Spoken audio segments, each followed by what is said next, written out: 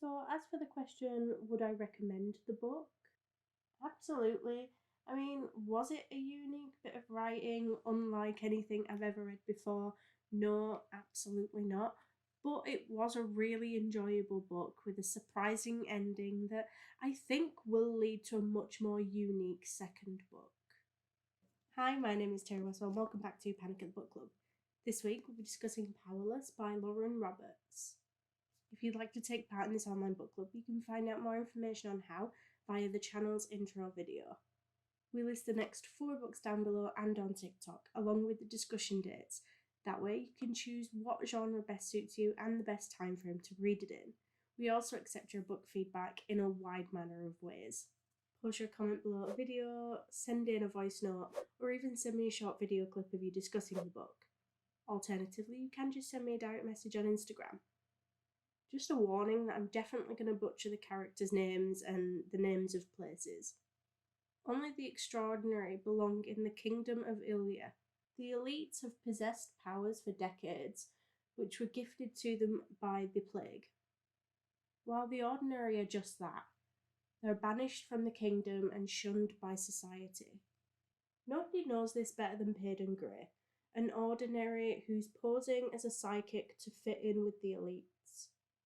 When she unsuspectingly saves one of Ilya's princes, she's thrown into the purging trials. A brutal competition showcasing the elite's powers. If the trials and the opponents don't kill her, the prince she's desperately fighting feelings for will, if he discovers what Payden is. Completely ordinary. For a fantasy book, Powerless was really easy and simple to understand. Although, in true fantasy form, there were a few words here and there where I was just completely guessing at the pronunciation.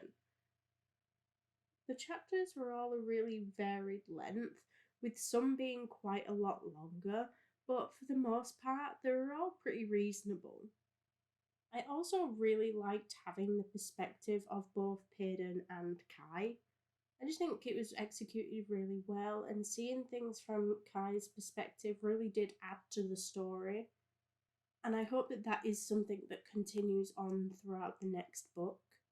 Also, I had the physical book, and it's not too often that you get books that are so decorated. I think it was a really nice way to signify a new chapter.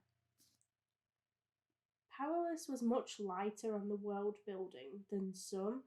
It jumped into it pretty quickly and it had a strong focus on the relationships. Although I would have liked a little bit more focus on the trials that she were in. They didn't really feel quite as meaningful as I think they could have.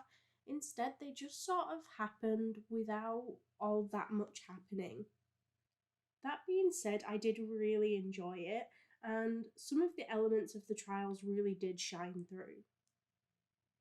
Getting as much context as I'd have liked probably would have made it a really long book, and it was a pretty big book to begin with. I just think some of the more repetitive elements, like the repeating will they, won't they scenes, could have been replaced with something a little bit more impactful. However, the book was already ringing pretty strong Hunger Game vibes, and if they did focus more on the trials, it may have just felt like too much of a rip-off of that. I think the main character was written quite well. She was a person who you could sympathise with and you could understand what it was that she was going through, but at the same time, you could still see her strength and resilience. But at the same time, she still felt pretty human. She didn't walk into these trials and get by easily. It just wouldn't have felt realistic, and although she was still pretty impressive and robust, if it wasn't for Kai, she probably would have died like 20 times over.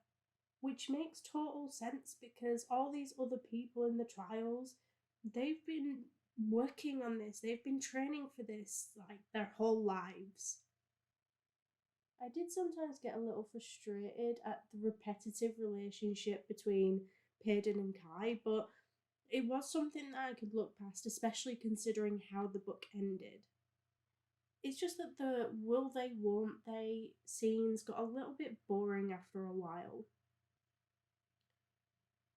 I did understand Payden's reasonings and feelings for joining and helping the resistance, but one, I wanted to shout at her for betraying both Kai and Kit, even though I did understand why she was doing it.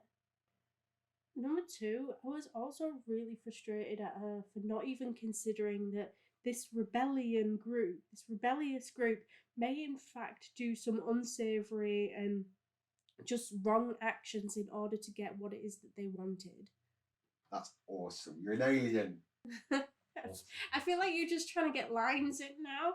I'm like a really needy extra. That's what it is. Like, did she think that they were really all just going to go there and hold hands in protest and ask them to please stop killing all the people that they've all been told are dangerous?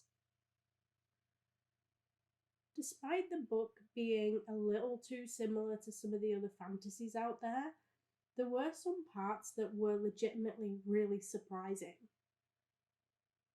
When Kai threw that blade under one of Ace's illusions, only for it to turn into Jack's, like, that surprised me.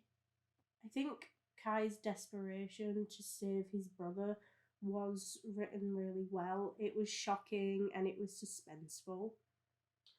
Oh my god, I almost forgot about Adina. Like, I was not expecting her to be in the centre of that maze. To be totally honest, I thought with like almost absolute certainty that it was going to be someone from the resistance. I didn't think it was going to be her, and I think the second that you realise what the hell's going on, everything just happens so quickly. And then Payden was so devastated that she barely even registered when the resistance did take over. Like, I'm not really sure how Kai could blame her for unaliving the king after that. Like, he fully deserved it. I also thought that the ending itself was pretty surprising. You know, it's really nice to have some different colours to play around with, but it's giving me like Scooby-Doo vibes. Maybe I should have just done a better job of trying to predict the ending, but I just didn't see all of that happening. Like, for sure, I knew that Kit was going to end up feeling betrayed, but she may have just created something worse than the king. Also, I am still holding out for Payden and Kai. Some might believe that unaliving each other's parents is just too much to come back from. But what can I say? I'm an optimist. I'm a glass half full kind of gal, and I still have high hopes for these two in the next book. But unfortunately, I will need to wait until next year to find out because the next book isn't out yet. So, as for the question, would I recommend the book? Absolutely. I mean, was it a unique bit of writing unlike anything I've ever read before? No, absolutely not. But it was a really enjoyable book with a surprising ending that I think will lead to a much more unique second book. I mean, it was a chilled out romantasy that just helps me understand why it is that I love that genre so much. It was fun and easy, and despite it being set in a world that doesn't exist, with events that likely wouldn't happen in this reality, it was fun and it was relatable. It's a great escape, and I can say with absolute certainty that I will be buying the second one. I just wish I could get it sooner. But let me know what you thought. Did you enjoy the book? Next week we'll be discussing Love by Kristin and PC Cast. Now don't forget to get your comments and thoughts in by Monday the 27th of November at the latest to be a part of the discussion. You can now do this on YouTube, TikTok or Instagram. The following week will be Iron Flame by Rebecca Yarros, which is the recently released second book in the series, following after Fourth Wing.